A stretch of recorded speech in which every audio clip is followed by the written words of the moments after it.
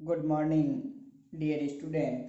Gayatri PG college Sanchore की online classes में आपका स्वागत है।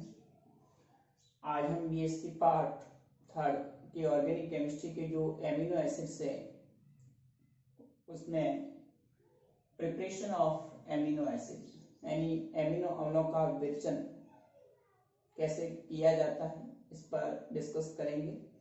इससे पहले वीडियोस में मैंने एमिनो एसिड्स के अंदर आइसो इलेक्ट्रिक पॉइंट, समविभव बिंदु और इलेक्ट्रोफोरेसिस, विद्युत कण संचलन और एमिनो एसिड का जो सेपरेशन करते हैं क्रोमेटोग्राफी मेथड के द्वारा उस पर डिस्कस किया था।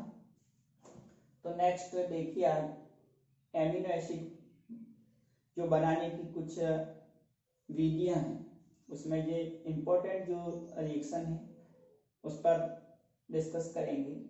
तो सबसे पहला है गैब्रियल थैलामाइड संश्लेषण अभिक्रिया। गैब्रियल थैलामाइड जो संश्लेषण अभिक्रिया है उससे एमिनो एसिड का संश्लेषण कैसे किया जाएगा। तो इसके लिए हम क्या करते हैं, एक कंपाउंड लेते हैं पोटेशियम थैलामाइड और उसकी अभिक्रिया अल्फा हेलो एसिड है या फिर अल्फा हेलो एस्टर है उसके साथ में करवाई जाती है। तो जो उत्पाद प्राप्त होता है उस उत्पाद का अम्लीय जल अपघटन करवाते हैं तो फाइनली हमें अल्फा एमिनो एसिड प्राप्त होता है। तो इस अभिक्रिया को हम गैब्रियल थैलामाइड अभिक्रिया कहा जाता है। गैब्रियल थैलामाइड अभिक्रिया के अंदर पोटेशियम थैलामाइड C6H5CO उसके साथ में जुड़ा हुआ नाइट्रोजन और उसके साथ में पोटेशियम, ये है पोटेशियम थैलामाइड।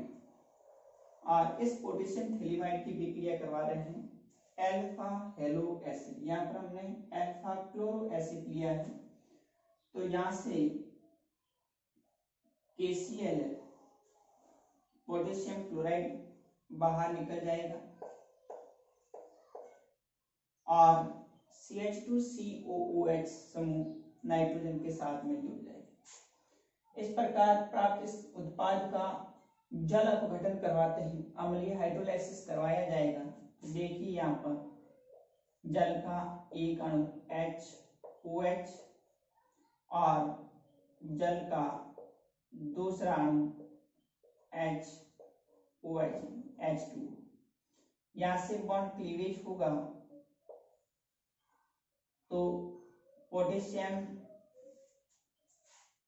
यानी थैलिक एसिड है वो अलग हो जाएगा, C6H5COOH थैलिक एसिड अलग हो जाएगा और यहाँ से एक हाइड्रोजन परमाणु दूसरा हाइड्रोजन परमाणु नाइट्रोजन के साथ जुड़कर के क्या बना देगा NH2CH2COOH क्या बन जाएगा, ग्लाइसिन बन जाएगा।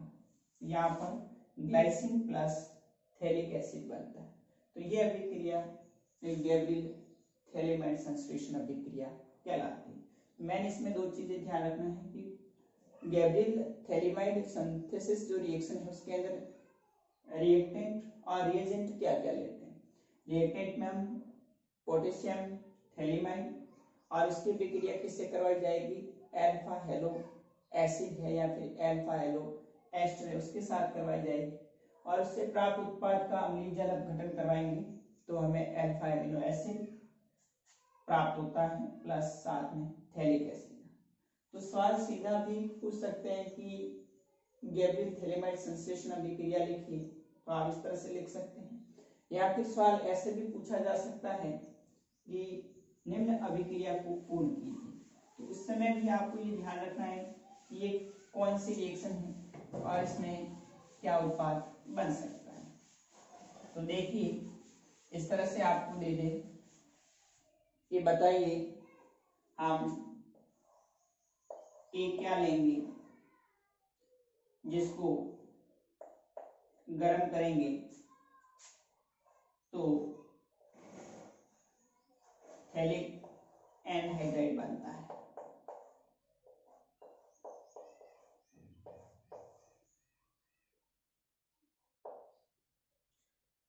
इस फेरिक एनहाइड्राइड के आगे और अभिक्रिया आपको पूछे तो नेक्स्ट इस तरह से अमोनिया के साथ में NH3 के साथ में बताइए बी उत्पाद क्या बनेगा। नेक्स्ट इसके विक्रिया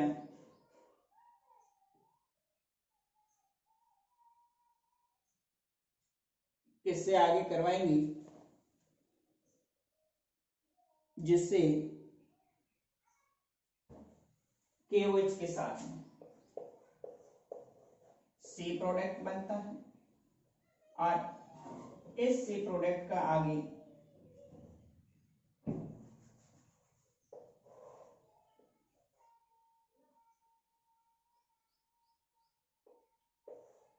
Cl CH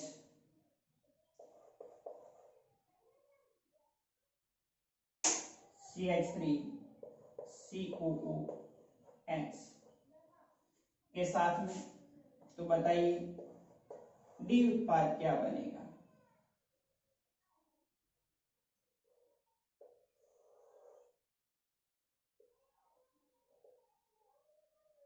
उसके बाद फिर इसका अम्लीय जल अपघटन करवाते हैं तो बताइए ई उत्पाद क्या बने।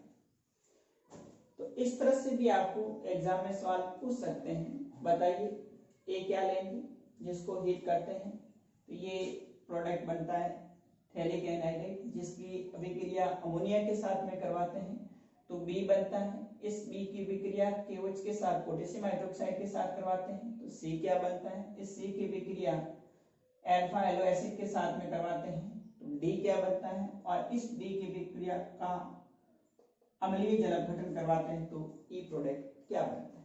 तो इस अभिक्रिया से हमें पता लग जाता है कि ये कैसी अभिक्रिया है, गैब्रियल थैलिमाइड संश्लेषण अभिक्रिया है। तो देखिए यहाँ पर सबसे पहले इन्होंने हीट करके ए का पूछा है तो ए से हमें ये थैलिक एनहाइड्राइड बनाना है तो यहाँ पर ए क्या लेंगे हम थैलिक एसिड लेते हैं। थैलिक जो अम्ल होता है C6H5 और उससे 2 COH समूह जुड़े हुए रहते हैं तो ये है थैलिक एसिड।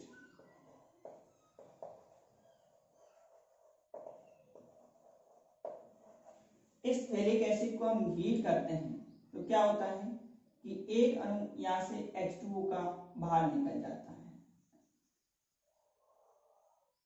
और COOCO क्या बन जाता है थैलिक एनहाइड्राइड बन जाता है। थैलिक एनहाइड्राइड बनता है और इस थैलिक एनहाइड्राइड की विक्रिया आगे अमोनिया के साथ में करवाते हैं तो अमोनिया के अंदर जो 2 हाइड्रोजन परमाणु हैं वो यहां से H2O अणु के रूप में बाहर निकल जाते हैं और क्या बनता है बी जो प्रोडक्ट बनेगा थैलिमाइड बनता है। इस तरह से C double bond O C double bond O NH और इस थैलिमाइड की विक्रिया आगे KOH के साथ में करते हैं तो यहां से एक H2O अणु बाहर निकल के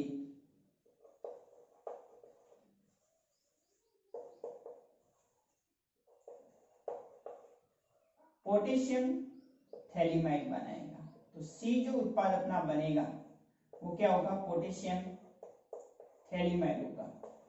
C double bond O N potassium phthalimide बनेगा। पोटेशियम थैलिमाइड बनता है।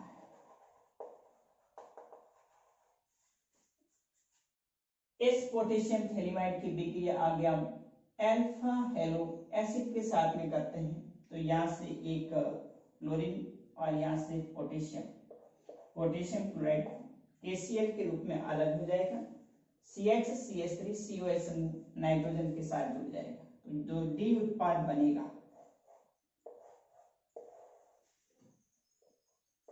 C double bond O N, अब इसके साथ में ये CH CH3 COOH,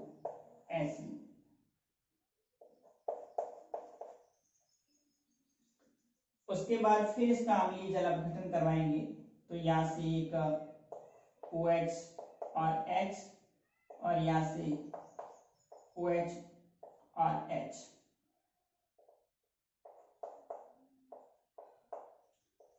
बाद विखंडन होगा, तो जो ई उत्पाद बनेगा वो क्या बन जाएगा, NH2 CH CH3 COOH, alanine बनता है।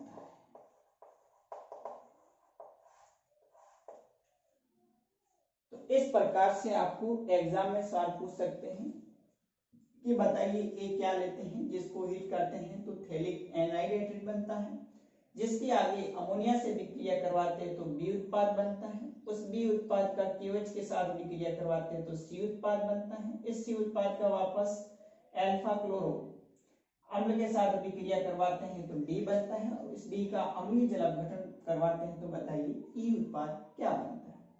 या फिर आपको इस प्रकार थैलिक एसिड दे रखा है, फिर आपको ये B पूछेंगे और इस B के बाद में फिर आगे आपको अमोनिया के साथ विक्रिया करवा करके C प्रोडक्ट, तो इस तरह से फाइनली या फिर सीधा आपको यह पूछ सकते एलानिन का गैब्रियल थैलेमाइड अभिक्रिया से संश्लेषण कैसे होता है, तो यहाँ पर आपको कौन सा हेलो एसिड लेना है उसके अकॉर्डिंग जो एमिनो एसिड है उसका संश्लेषण हो जाएगा। तो यहाँ हमने देखिए वापस थैलिक एसिड लेते हैं जिसको हीट करते हैं तो एक अणु H2O का निकल जाता है, पहले थैलिक एनहाइड्राइड बनता है, CO ऑक्सीजन परमाणु इस CO के साथ में जुड़ जाएगा और फिर इसके अमोनिया के साथ भी क्रिया करवाएंगे तो एक अणु H2O का निकल के NH समूह कार्बन कार्बन के बीच में जुड़ जाएगा, ये बनेगा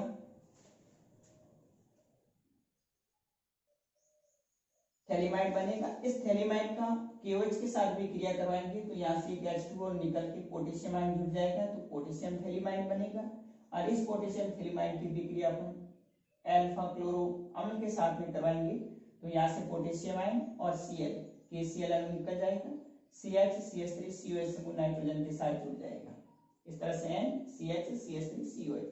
फिर इसका अम्लीय जल अपघटन करवाएंगे 2 अणु H2O के, तो बाद विखंडन के दौरान थैलिक अम्ल अलग हो जाएगा, वापस COOH COOH, 2 हाइड्रोजन परमाणु नाइट्रोजन के साथ जुड़ करके क्या बना देंगे NH2 CH CH3 COH, alanine बन जाएंगे।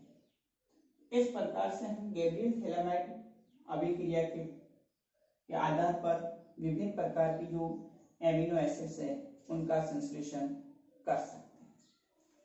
नेक्स्ट अभिक्रिया में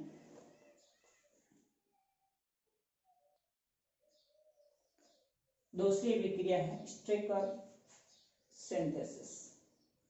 स्ट्रेकर सिंथेसिस अभिक्रिया से किस प्रकार एमिनो एसिड का संश्लेषण होगा, तो स्ट्रेकर सिंथेसिस के अंदर क्या होता है एल्डिहाइड या फिर कीटोन, इसकी अभिक्रिया करवाते हैं अपन हाइड्रोजन साइनाइड HCl के साथ में, तो पहले साइनोहाइड्रिन बनती है और उस साइनोहाइड्रिन का वापस अमोनिया के साथ अभिक्रिया करवाई जाती है, एमिनीकरण करते हैं और देन जल अपघटन के बाद अल्फा एमिनो एसिड प्राप्त होता है।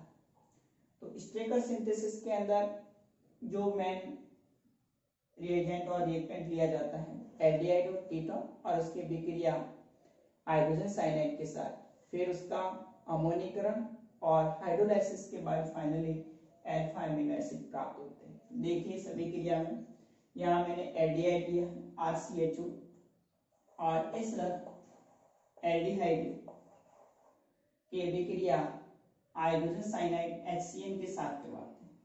तो यहाँ पर न्यूक्लियोफिलिक एडिशन रिएक्शन हो रही है, नाभिक क्षणिक योगात्मक अभिक्रिया। ये हाइड्रोजन साइनाइड बॉन्ड क्लीवेज होगा H पर प्लस और Cn पर माइनस।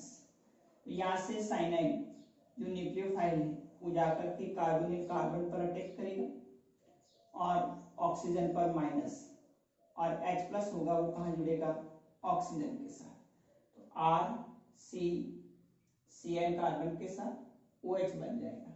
पहले साइनोहाइड्रिन बनता है, साइनोहाइड्रिन बनेगा। इस साइनोहाइड्रिन का अमोनीकरण करते हैं, अमोनिया के साथ अभिक्रिया करवाई जाएगी। तो यहाँ से एक H2 अणु बाहर निकल जाएगा और NH2 समूह कार्बन के साथ जुड़ जाएगा, RCNH2HCN। उसके बाद में एमिनो साइनोहाइड्रिन बनेगा। उसके बाद में फिर इसका जल अपघटन करवाते हैं 2 अणु H2O के। देखिए यहाँ पर एक अणु H2O का और फिर दूसरा अणु H2 का। इस प्रकार से यहां से बॉन्ड क्लीवेज होगा। तो COOH RCHNH2COOH alpha amino acid बन जाएगा।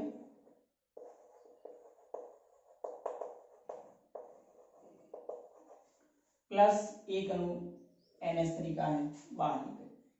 तो इस प्रकार से हम स्ट्रेकर सिंथेसिस के द्वारा भी एमिनो एसिड का संश्लेषण कर सकते हैं।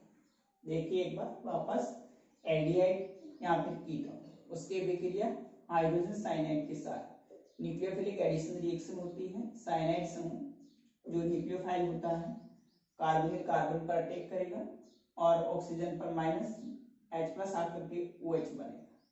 तो पहले एल्डिहाइड हाइड्रोजन साइनाइड के साथ अभिक्रिया करके साइनोहाइड्रिन बनाते हैं और इस साइनोहाइड्रिन के आगे अमोनीकरण अमोनिया के साथ अभिक्रिया करवाई जाएगी। तो यहाँ से H2 और बाहर निकल जाएगा, NH2 समूह जुड़ जाएगा, RCHNH2Cl। फिर इसका जल अपघटन करवाएंगे 2 अणु H2O के। तो यहाँ से एक अणु अमोनिया का बाहर निकल जाएगा, OOH कार्बन के साथ जुड़ करके RCHNH2COH अल्फा एमिनो एसिड बनेगा प्लस NH3। तो ये अभिक्रिया क्या कहलाती है, स्ट्रेकर सिंथेसिस अभिक्रिया कहलाती है, जिसके द्वारा हम अल्फा एमिनो एसिड का संश्लेषण करते हैं। अब जो भी हमें एमिनो एसिड बनाना है, ग्लाइसिन है, एलानिन है या कोई अदर प्रकार का एमिनो एसिड है, तो इसका हम संश्लेषण कर सकते हैं। तो इसके लिए हम क्या करेंगे, जो एल्काइल समूह लेंगे। यहाँ पर हम फॉर्मल्डिहाइड लेते हैं, तो यहाँ HCHNH2 ग्लाइसिन बन जाता। यदि R की जगह CH3 लेते हैं तो यहाँ पर CH3 आ जाता, एलानिन बन जाता।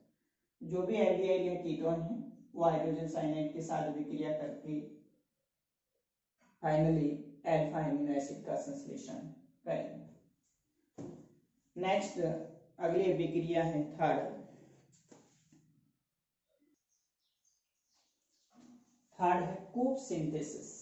कूप संश्लेषण अभिक्रिया क्या होती है, तो कूप सिंथेसिस के अंदर हम क्या लेते हैं, अल्फा कीटो एसिड लेते हैं। यहाँ पर हमने लिया है अल्फा कीटो कार्बोक्सिलिक एसिड लेते हैं और उसकी अभिक्रिया किससे करवाई जाती है, अमोनिया के साथ। तो पहले अमोनिया के साथ अल्फा कीटो कार्बोक्सिलिक एसिड अभिक्रिया करके इमिनो एसिड बनाता है। तो यहां से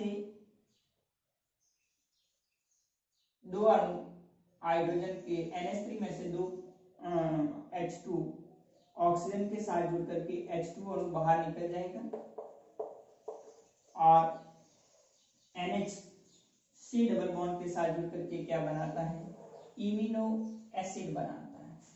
देखिए यहाँ पर ये H2NH यहाँ से एक अणु H2O का बाहर निकल जाएगा और NH डबल बॉन्ड कार्बन के साथ में जुड़ जाएगा। तो RC double bond NH imino acid बनता है। इस इमिनो एसिड का आगे पैलेडियम है या निकल उत्प्रेरक की उपस्थिति में अपचयन करवाते हैं तो यहाँ पर एक हाइड्रोजन परमाणु कार्बन के साथ और एक हाइड्रोजन परमाणु नाइट्रोजन के साथ में जुड़ करके RCH NH2COH alpha amino acid बनाएंगे। तो इस प्रकार से कूप सिंथेसिस के द्वारा अल्फा एमिनो एसिड का संश्लेषण किया जाता है। तो एग्जाम में पूछे कि कूप सिंथेसिस क्या है, तो कूप सिंथेसिस के अंदर अल्फा कीटो कार्बोक्सिलिक एसिड की अभिक्रिया अमोनिया के साथ करवाते हैं। पहले इमिनो एसिड बनता है, उस इमिनो एसिड का अपचयन करवाया जाता है तो अल्फा एमिनो एसिड प्राप्त होता है। इस अभिक्रिया को, इस सिंथेसिस को कूप सिंथेसिस कहा जाता है।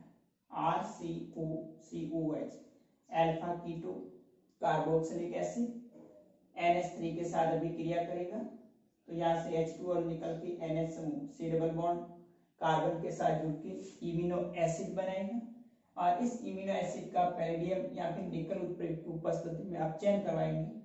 एक हाइड्रोजन परमाणु कार्बन के साथ, यहाँ पाई बंद टूट जाएगा, एक हाइड्रोजन परमाणु NH के साथ RCH NH2COH alpha amino acid बनता है। नेक्स्ट अगली विक्रिया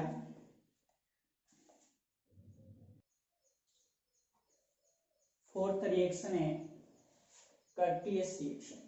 कर्टियस अभिक्रिया से अल्फा एमिनो एसिड का संश्लेषण कैसे होता है, तो इसमें हम क्या करते हैं, मेलोनिक एस्टर है उसकी अभिक्रिया एल्किल हैलाइड के साथ करवा करके निम्न प्रकार से अल्फा एमिनो एसिड का संश्लेषण किया जाएगा।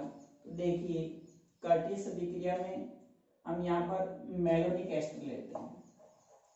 इस मेलोनिक एस्टर की अभिक्रिया एल्किल हैलाइड RH के साथ करवाएंगे तो इसका यहाँ से सक्रिय एक हाइड्रोजन परमाणु X के साथ में जुड़ करके X हाइड्रोजन हैलाइड अलग हो जाएगा और यहाँ से एल्काइल समूह कार्बन के साथ जुड़ जाएगा। एल्काइल मेलोनिक एस्टर बनेगा।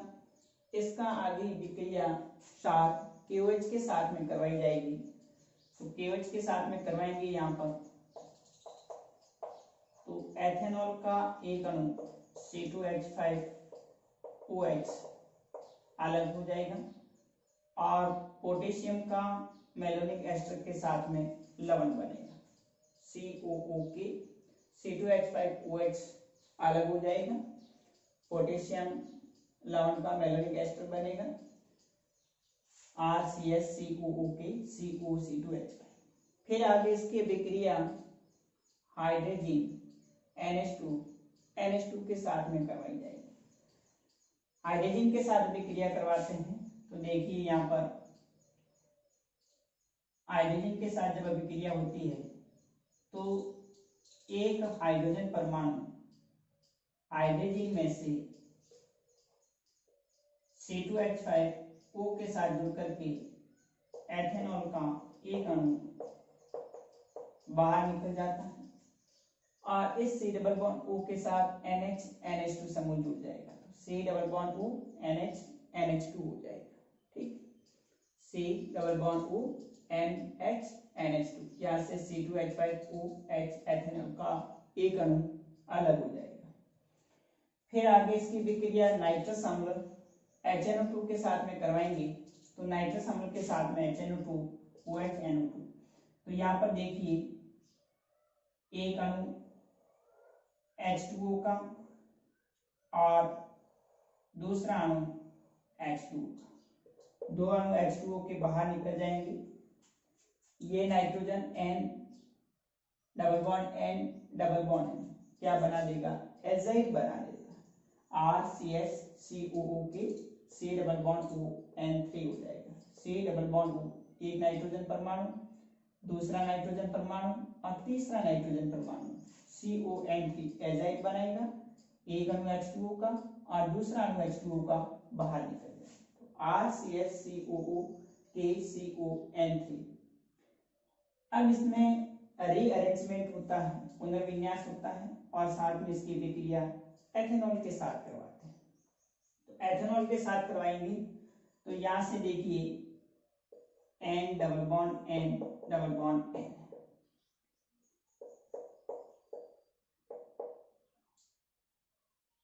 तो यहां से एक N2 नाइट्रोजन अणु बाहर निकलेगा और हाइड्रोजन परमाणु नाइट्रोजन के साथ जुड़ करके NH बना देगा। ये NH समूह रीअरेंजमेंट होगा जो कि जुड़ेगा CH के साथ में, तो CH NH COO2H5। तो यहाँ देखिए रीअरेंजमेंट के बाद RCH में NH COO2H5 बना देता है। तो यहाँ से एक अणु N2 का बाहर निकलेगा, एथेनॉल के साथ विक्रिया होगी,